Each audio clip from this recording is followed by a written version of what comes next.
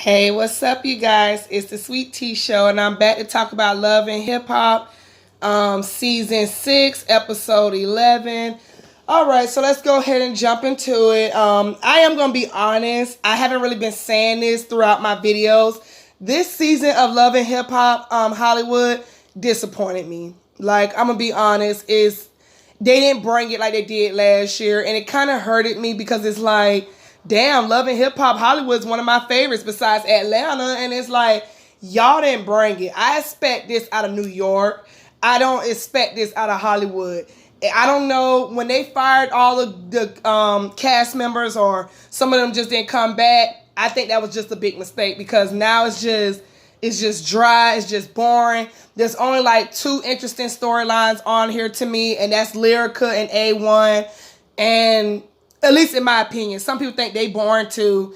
And right about now, Jason Lee, because I don't care about April and Fizz. I'm gonna be honest. I think they both are disgusting. I think they both playing people. I think they think we stupid. We know that y'all been dating, and we're gonna talk about that later. So let's just go ahead and get into this show.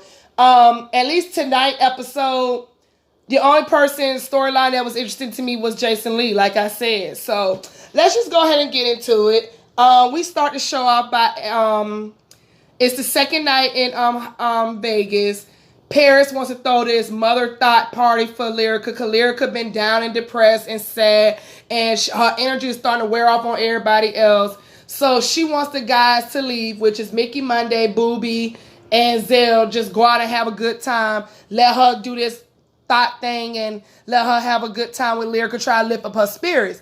In walks in April. April's twerking, and Booby's just all eye God. Like, he's all eye candy at this moment. He sees her, and he's just like, ooh, I want to shoot my shot at her, but I didn't know what this is with her and Fizz. And it's like, Booby, you already know that's Fizz. So I don't even know why you even try and shoot your shot and waste time with April. So next thing I know, Paris tells April that she wants to have this party. She wants to lift Lyrica's spirit. Lyrica's all depressed over A1. She's all upset. Here go April making it about her. Well, I was like that once upon a time with Omarion. Girl, if I hear that shit one more time about you and Omarion, that's why you fucking Fizz, I know something. I don't want to hear this shit come out your mouth. We talking about Lyrica. We is not talking about you. So then she sits up here. I don't know Lyrica like that, but I'm all about lifting her spirit, because I wish somebody would have lifted my spirits and this and that. So yeah, they're going to have this ratchet party. They're going to have some strippers over. They're going to have a good time, whatever. Meanwhile, back in Los Angeles, Ray J and Princess is having a little dinner. I think they're having a dinner with Melanie. And this is Melanie's birthday weekend. So Ray J tells Princess he's going to go with the guys to the Ray J. Well, no, he tells her that he made up with what's that man named Marcus Houston. So now they invited him to the immature tour. So it's gonna be called Ray Mature. And she's just like, oh really? You know that we fly all our family and friends down here for Melanie's birthday week, and you're gonna sit up here and go? And I'm just looking like, well, Princess, he do gotta work, but Princess feels like he's too much of a workaholic. He's not spending enough time with the family. Ray J sits up here and says, well, I gotta make money, babe. I'll be back, this and that. Princess is ignoring everything he says. Princess tells the waitress she wants all the fat on the steak in front of Ray J, because Ray J got this big ass belly. And it's so funny because right when they sat down, Ray J put Melanie down. He was like, I always sweat when I pick her up. And she said, well, maybe you need to lose weight or exercise, something she said. So you can tell Princess is mad with Ray J. It is what it is. Ray J said he got to make his money so he can feed the family. So moving on from that, back at Vegas, everybody's trying to cheer Lyrica up. Lyrica's all in her room. The strippers come over. The strippers didn't look all of that to me. The males or the females, they didn't look all that. So when Mickey Monday said what he said, I was here for it. They didn't do all that to me. But they got her to come out her room. She's having a good time from the looks of it.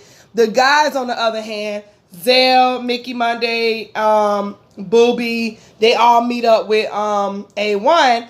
And they tell A1 how Lyrica's been since on the trip. She's very upset. She saw you at a pool party turning up. He talking about, so yeah, that pool party was lit. Then they tell him how she just been depressed all in her room, hiding her face. And one tells them he just want to give her space. He don't want to argue. Every time he say what he got to say, she ignores him or whatever. He makes it worse. He makes it worse. She already moved out, so he don't know what else to say or do in this battlefield. And I'm just like, stop fucking. Maybe that's what you can do in this battlefield. Then they try to get him to come back to the party. He said no, he don't want to come back to the party. He don't want to make things more upsetting for her. So, meanwhile, back at the party, Zell and them come in. Zell told myself, oh, I'm finna dump into a lady pond tonight. He had like he never been around no women strippers. Like, he was just doing the utmost. Mickey Money was like, these strippers don't even look all of that. So, I don't know if he was enjoying himself, but he had fun. Everybody like they had fun, even though the strippers weren't all that. Booby noticed that the strippers were all on April or whatever. And I'm just like, oh, okay, whatever. So that was that. Meanwhile, we get this story with Jason, and this is what I want to talk about. Jason has 9 siblings. I believe it was supposed to be 10, but one had died at the age of 27 that he talked about that his brother got murdered in the bowling alley. So, Jason has 9 siblings on his dad's side. And apparently, every last one of them grew up, or majority of them lived in the same roof, under the same roof as their dad. Jason Lee, out of all the kids, was the only one sent to foster care. He said his mother was a crackhead and she was addicted to drugs, but they made up before she died. She apologized for not being the best mother to Jason, and that was that. He forgave her, but he wanted to tell his siblings, Dad wasn't there for me. I grew up in foster homes. I was molested in one. I just want to know why Dad wasn't there. And one of the brothers takes it upon himself and say, we ain't finna bash Dad. I'm not here for that shit. You ain't finna talk about my father. My father did everything he could for us. He loved every last one of us the same. And take this mic off me. And he takes the mic off. And him and the sister and a couple more, they walked out of here. And I was just like, I want to talk about that real quick. Because that's the only thing interesting on this show tonight, in my opinion. I want to talk about that. I never had that situation, but I feel like, Jason, you can't make your siblings understand where you come from, but I felt like they didn't even try to understand where he come from. I get y'all feel like he was bashing, but when I think of bashing, I think of like, oh, that fuck nigga ain't my dad. That dad, he ain't shit to me. His name is such and such. I'm not calling him dad. He wasn't a father to me. That's not what he was doing. What Jason was saying was, Dad was not there for me. He never told me he loved me like he told y'all. At the end of the day, y'all had Christmas gifts, birthday gifts, Thanksgiving with this man. Y'all all got to have a normal childhood, play board games, play outside, ride bikes with this man. Jason didn't have that. Jason was in a foster care, for God's sake. He had to spend his birthdays and Christmas and holidays and stuff like that with children touching on him and probably beating him and bullying him and stuff like that. He had to spend it with strangers, basically, instead of his siblings. His dad didn't take the time and say, you know what? Jason should come live with me under my roof with his siblings. He didn't do that. So Jason has the right to express how he feels about his dad at the end of the day. And I get his siblings want to sit up here and say, oh, he's a good dad. He did this, he did that. But he did that for y'all. He did not do that for him. And I'm going to just put it out there. I don't know the man personally, but in my opinion, a good dad to me is a dad that does for all his children. All his children. Same way, vice versa with a mother. A good mother to me is one who does for all her kids. Not just 1 or 2 or 3, all her kids. Same way with a dad. You can't be a good dad to me, to some of your kids, and leave like 2 or 3 or 1 out, and you treat them like they was never yours. It shouldn't work like that. You have to be a good dad to all your kids. And with that being said, I get that he had 10 siblings, 9 siblings, whatever, and they probably was all in different households. Yes, the man can't be at one house at the same time, but that falls back on the dad's responsibility. That's why it's called strap it up. And obviously, Jason Lee dad was not strapping it up. You was obviously messing with women that didn't want to be on birth controls, so you could at least strapped it up. And you can't expect me to believe he strapped it up for every woman he messed with, because if that was the case, you probably would have had like 4 kids and not 9 or 10. I'm just saying. Yes, condoms break, but you're not going to sit up and tell me every condom you mess with these women broke. So that just, I felt exactly where Jason was coming from. He was good to y'all. He wasn't good to me. So I definitely understood the frustration there. Anyway, they want to have this memorial service for their brother. So that was that. And Jason said he going to reach out to his dad, try to have lunch with him and, see how that goes. Later on, we find out the dad didn't even show up. Jason called, left voicemails. The dad did not even show up. And that right there shows, you see what I mean? He not even trying to make an effort, And I don't know, was it because he's on camera or what? But it just shows like you didn't care. And that right there can show resentment towards your father. That right there can show resentment to your siblings. Even when Jason told them at the memorial, excuse me. Even when Jason told his sibling at the memorial that their dad did not show up for him to eat lunch with him and talk, they still was making excuses for him. Talking about, well, we know he loved you. Well, he got a funny way of showing it. And I'm honestly surprised Jason did not have resentment towards his siblings, because stuff like that will have resentment towards your siblings real quick. Because that'll make me feel like, well, y'all got to have this with him. I didn't get to have any of that. I didn't get to throw ball with my dad. I didn't get to ride bikes with my dad. I didn't get to tell my dad when I lost my virginity. He didn't get none of that. All that was robbed from him. Because his dad chose not to be there, but he chose to be there for y'all. And it just sucks that his siblings weren't even trying to understand where he was coming from. They just took it as, nope, we daddy's boys, we daddy's girls, and we not trying to hear what you had to say. And I wasn't here for that. I did not like that. And that's all I got to say about that subject. Moving on, back at this ratchet party, well, no, not the ratchet part. Ray J touched down off his jet. He get all off slow motion with his suit on. I'm looking like, Ray J, sit your ass down. Look like you came out of somebody's damn office meeting. But anyway, he meets up with A1. A1 looked like he from Paw Patrol. I didn't understand what he had on. He was one of those people that tell the planes like... I don't know. He on this lime green vest. I'm like, what the fuck you got on, A1? But I always wonder what the fuck A1 has on. So they meet up. They talk. He asked Ray J, why are you in a suit? Ray J said, I'm here for business. I'm here for a little bit of fun, but I'm strictly business. That's why I came out here in the suit. So what's up, fam? What's going on with you? And A1 tells him that he was at this pool party and this and that. And he was like, have you talked to Lyrica?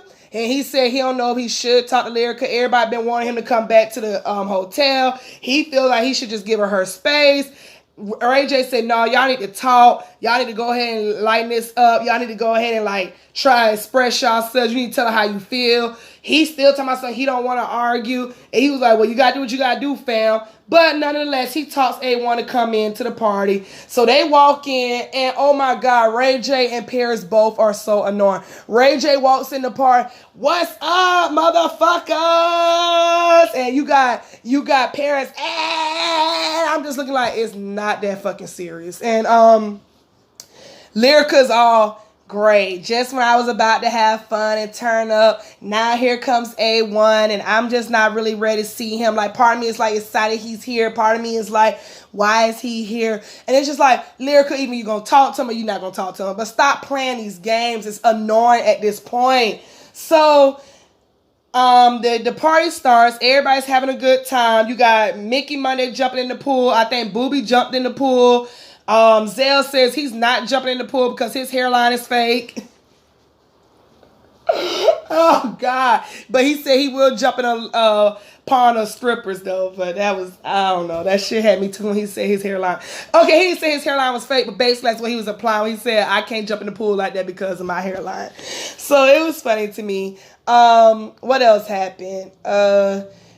Spectacular is there. He tells he convinces A1 to go talk to his wife. They go and talk. He asks her how she doing. She said, how do you think? And he told her, he never slept with a girl in Miami. She doesn't know if she necessarily believes him. They also talk about, you moved out. That hurt me. What can I do? I'm sorry. I do feel like there's no A1 if there's no Lyrica. She says, you don't make me feel that way. You make me feel like it's just you. You don't make me feel like we're partners anymore. you know, and he tells her she looks beautiful. She said, that's all I'm asking for. You know, I just want like a simple compliment. I'm not asking for you to praise me and kiss my feet. He kisses her feet, but he says down for some reason. So I don't know if her feet stank or whatever. They agree to have like little play dates for Ocean, they baby son, and that was that. Ray J scripts and gets ready to get in the pool so everybody can see his big ass beer belly. They're taking back shots. Keep in mind, at one point, Booby told April, you know, we need to have shots every hour. She said, no, we need to have shots every 5 minutes. He says, I'm with the shits. She said, okay. He looks at her and he says in his confessional, April is wifey material. And I'm looking like, so Keisha Cole wasn't wife material? Okay, Booby. Meanwhile, April says in her confessional, Booby, I hope you find the right woman because it ain't me. We're not each other's type. And I'm just like, no, he's not your type. Because obviously you're his type. You're not his type. I mean, he's not your type. No, Lil Fizzle Pop is your type. We get it. So that was that. Later on, the pool party is over. Everybody's getting ready to leave. You got Paris banging on damn, I almost forgot a girl named Lyrica. You got Paris banging on Lyrica's door saying, come on, girl, we got to go. We're going to miss the ride. It's time to leave. She says, okay, wait a minute, I'm coming. Lyrica tells us that she had a good time at the concert last night. She says that she ended up twerking on A1. That wasn't supposed to happen. I said, girl, yeah, right. And then we got April, who admits her panties is on the floor. She's butt-ass naked in the bed with Fizz. How the fuck did that happen? Girl, you know how the fuck it happened. In comes Zell. Ooh, I got y'all. I recorded y'all. I'm finna show everybody. And it's like, show everybody what? We already knew this. And that's where it went off at. So y'all tell me what y'all think about tonight's episode. Y'all already know what to do. Like, comment, and subscribe. Thank you for watching this video, and I'll catch you guys next week. Bye.